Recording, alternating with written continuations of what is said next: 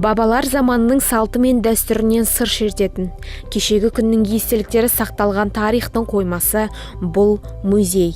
Музейге келген адам өткен шаққа саяхат жасайды. Дүниетанымы толысып, рухани байып қалады. Осындай тарихи мәдени мұралардың бел ортасында жұмыс істеу қалай екен? Оны бүгінгі кейіпкеріміз Меңсұлу Наурызбаева айтып береді.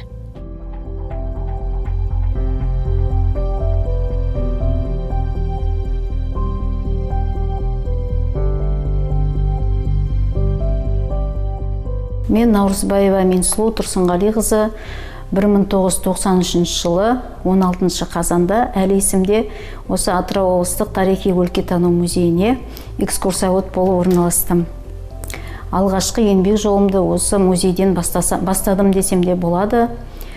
Осы 93 жылдан 1995 жылға дейін осы музейде экскурсовод қызметін атқара келе, 95 жылы осы Атырау қаласындағы Кіші өнер академиясы, Нұрғиса Тілендиев атындағы Кіші өнер академиясының ішінде ғимаратында әскери даңқ музейі болды. Ол кезде музей боевой славы деп атаған, 1941-45 жылдардағы Ұлы Отан соғыс жылына арналған.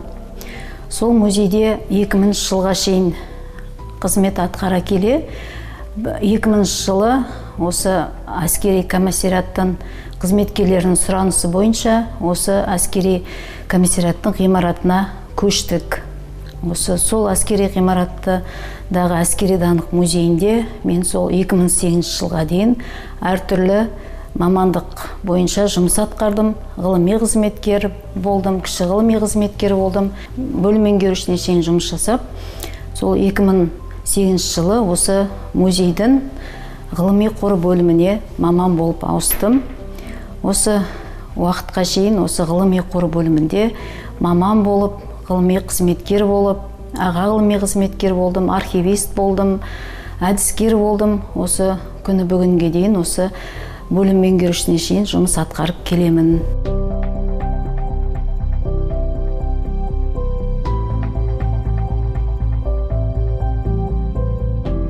Бұл мамандығымның таңдау себебі студент кезімде осы музейге оқу бітірер жылында практикаға келген болатынмын. Осы практика кезінде ғылыми қор бөліміне келгенде әлі есімде Гүлшахра деген апайымыз болды. Сол апайдың банағы жәдігерлерді қабылдауы, ол жәдігерлерді қалай сақтауы, сондай маған ұнап қалды. Сол осы жұмыс оқуды бітіргеннен кейін осы бір ойыма келді, осы музейге келейінші жасап көрейінші деп. Осы 30 жылға жоқ уақыт болды, осы музейде жұмыс жасап келемін, еңбек етіп. Осы 15 жылымды банағы әскери даңқ музейіне арнасам, осы кейінгі 15 жыл уақытым осы ғылыми қор бөлімінде өтіп келе жатыр.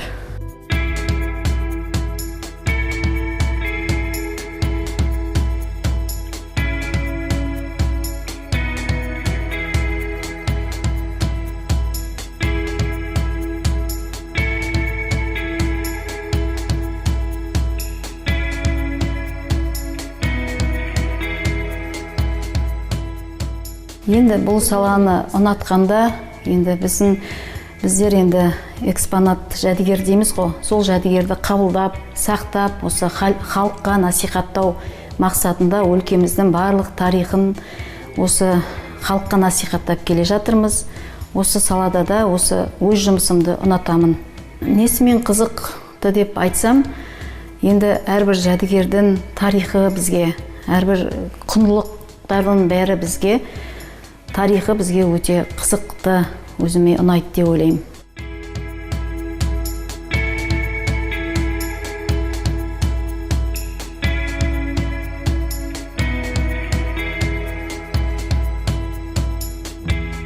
Жәдігерді сақтау керек, ол жәдігерді зерттеу керек.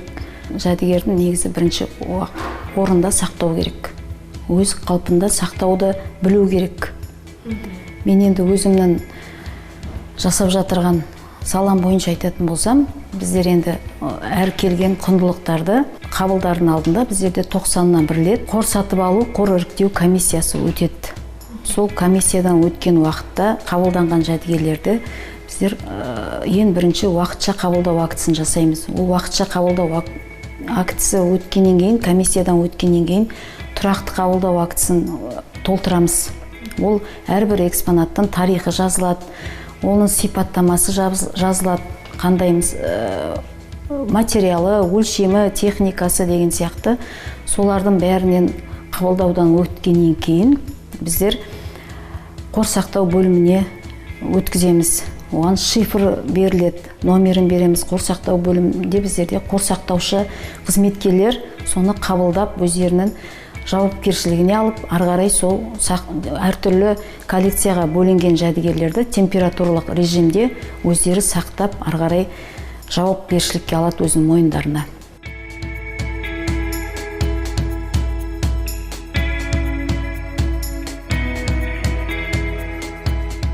Өлкеміздің тарихы бай біздің. Сосын біздерде әр саладағы, мысалы, мекеме болсын, әрбір жеке адам болсын, басқа бір жәдігер болсын, заттай болсын, құжаттай болсын, біздегі барлық мәлімет сақтаулы. Басқа мекемелерде ондай мәліметтер жоқ қой енді. Біздерге ерекшелігі осындай жауапкершілік керек біріншіден.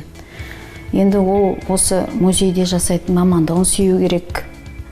Жауапкершілік, ең біріншіде жауапкершілік болу керек.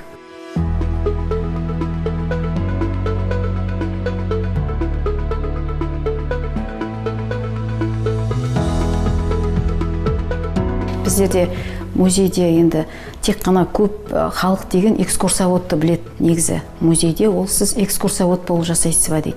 Ал біздерде музейде біздің жұмысымыз мысалға көрінбейді. Әрбір жәдігерді қабылдаған уақытта біздер уақытша актпен қабылдап, ол жәдігерді кезең-кезеңмен сақтап, ол жәдігерлерді есепке алу бөлімі біздерде бірінші қабылдап алады. Біздерде көрмеге шығады, мысалы, уақытша көрмелер болады біздерге, мысалы, облысқа шығамыз, қалаларға шығамыз. Сол көрмелерге шығарда біздерде ғылыми қор бөлімінің хатпен түседі ғой, біздерге сұраныс хатпен түседі. Соны ғылыми қор бөлімінің қызметкерлері сол жәдігерлерді орап, оның сақталуына қадағалап, акт жазып, кетіп бара тұрған жәдігерлерге уақытша қабылдау актісін жасап, сондай біздерде үлкен қиын жұмыстар болады.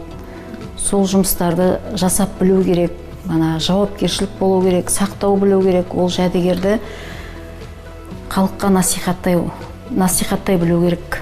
Жұмысымыз енді өте қиын, бір жағынан зерттелуде үлкен талап етеді, зерттелуіне де. Сондай жұмыстар біздер енді оңай жұмыс деп айтпаймыз.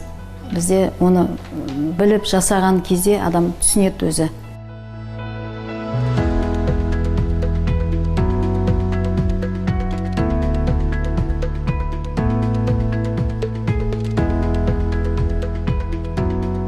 Зерттеу жүргізеді, оны өзінің экскурсиялық бұқаралық бөлімі болады. Жалпы біздерде енді менің жұмысым жәдігерді қабылдаудан басталады. Сол қабылданған жәдігерлерге біздер түсім кітабын толтырамыз. Акттен кейін ол кітапқа енеді. Ол түсім кітап бізде қолмен жазбаша түрінде жазылады. Одан кейін электронды түрде жазылады. Бізде қордың жұмысында жәдігер жинақтау деген бар. Біздерде жаздық мезгілдерде этнографиялық ғылыми экспедицияларға шығамыз, жәдігер жинақтау мақсатында. Әр жерден 90-на бір рет біздер қор іріктеу, қор сатып алу комиссиясын өткіземіз. Сол 90 жылда 4 рет біздерде комиссия өтеді. Сол кезде халықтың өтінішімен, кейбірде халықтар өздері келіп тапсырады, кейбірде өзіміздің жинақтау, экспедициялық жинақтау мақсатында қабылдаймыз жәдігерлерді.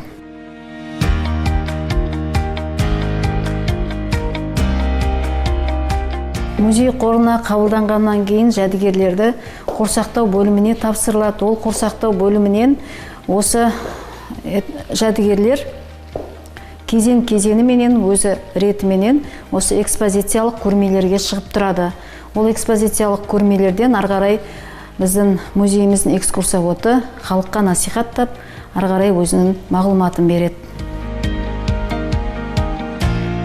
Ал келесі жұмыстарымыздың бірі бізде қор сақтау бөлмесі.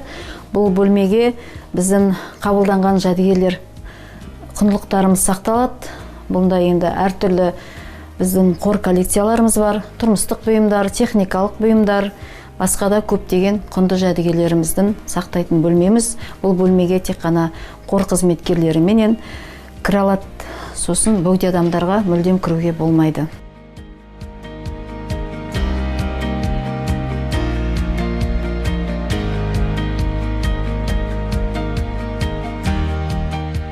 Музейге қабылданған жәдігерлерді, мысалы қабылдау актісімен қабылдап аламыз ғой.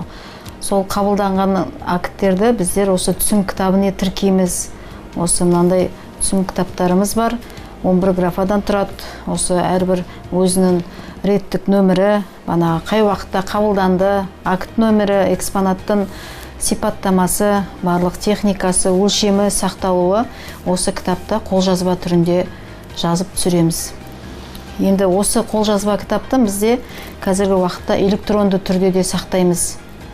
Осы электронды түрде де мына осындай, мысалы түсім 16-шы кітап деп айтамыз.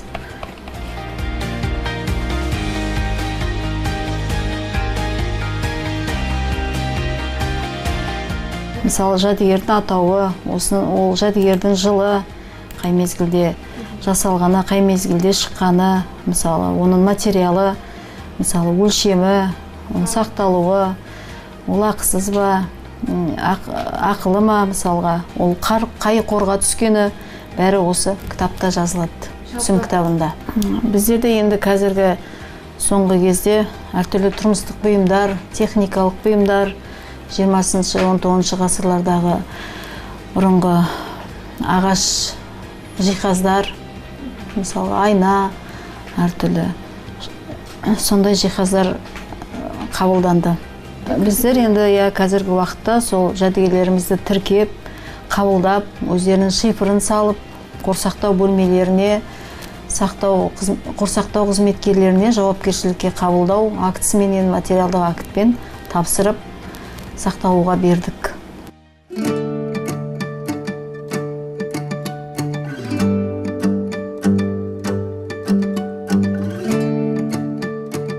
Бізде қазір өте көп көрермен деген оқушылар, жан-жақтан келген қонақтар, шетелдік қонақтар, болашақ жастар қазір өзінің жалпы сүйген мамандығына, өзінің ұнатқан мамандығына барған жақсы деп ойлаймын. Енді әрине болса қалайымда ғой, енді оған қарсылық білдірмеймін, қуанбасам.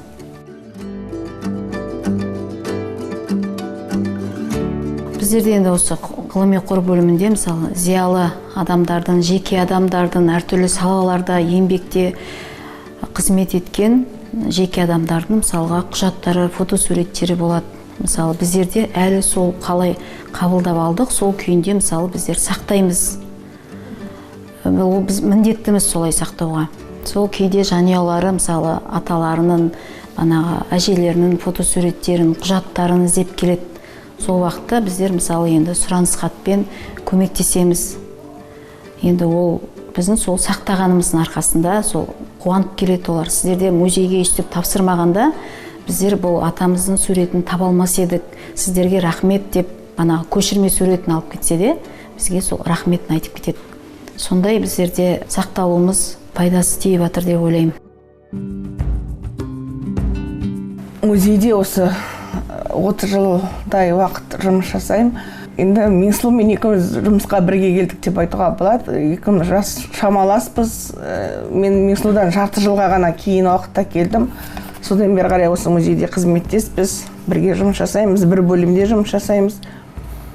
Енді Меңсұлу Тұрсынғали қыз туралы айтатын болсақ, енді ол кісі өзінің жұмысына мұқият, тиянақты атқарады өзінің жұмысын. Жалпы енді қазіргі уақытта көп жылдан бері қарай осы біздің бөлімде қызмет атқарады.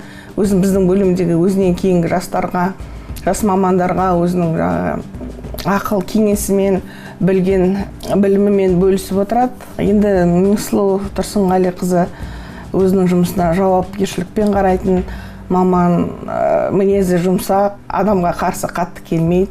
Еңбек адамы деп осы өзінің атқарып отқан жұмысына жауапкершілікпен қарайтын мамандарды айтуға болады. Осы біздің бөлімдегі Меңсұлу Тұрсынғалиқызы өз ісінің майталма маманы деп айта аламын.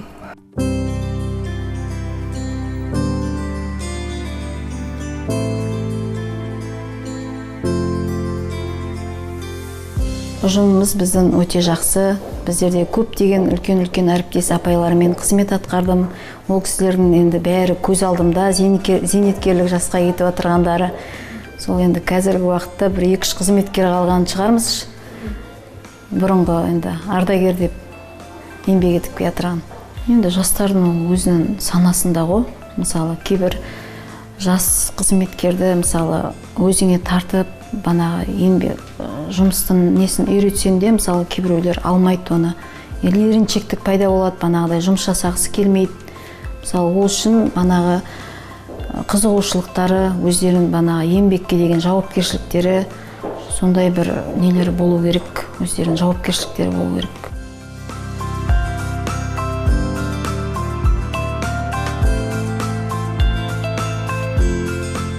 Еңбек адамы деген енді ол ұзақ жылдары өзінің мамандық бойынша еңбек етіп, өзін адал атқарған қызметкерлерді еңбек адамы деп айта аламын енді.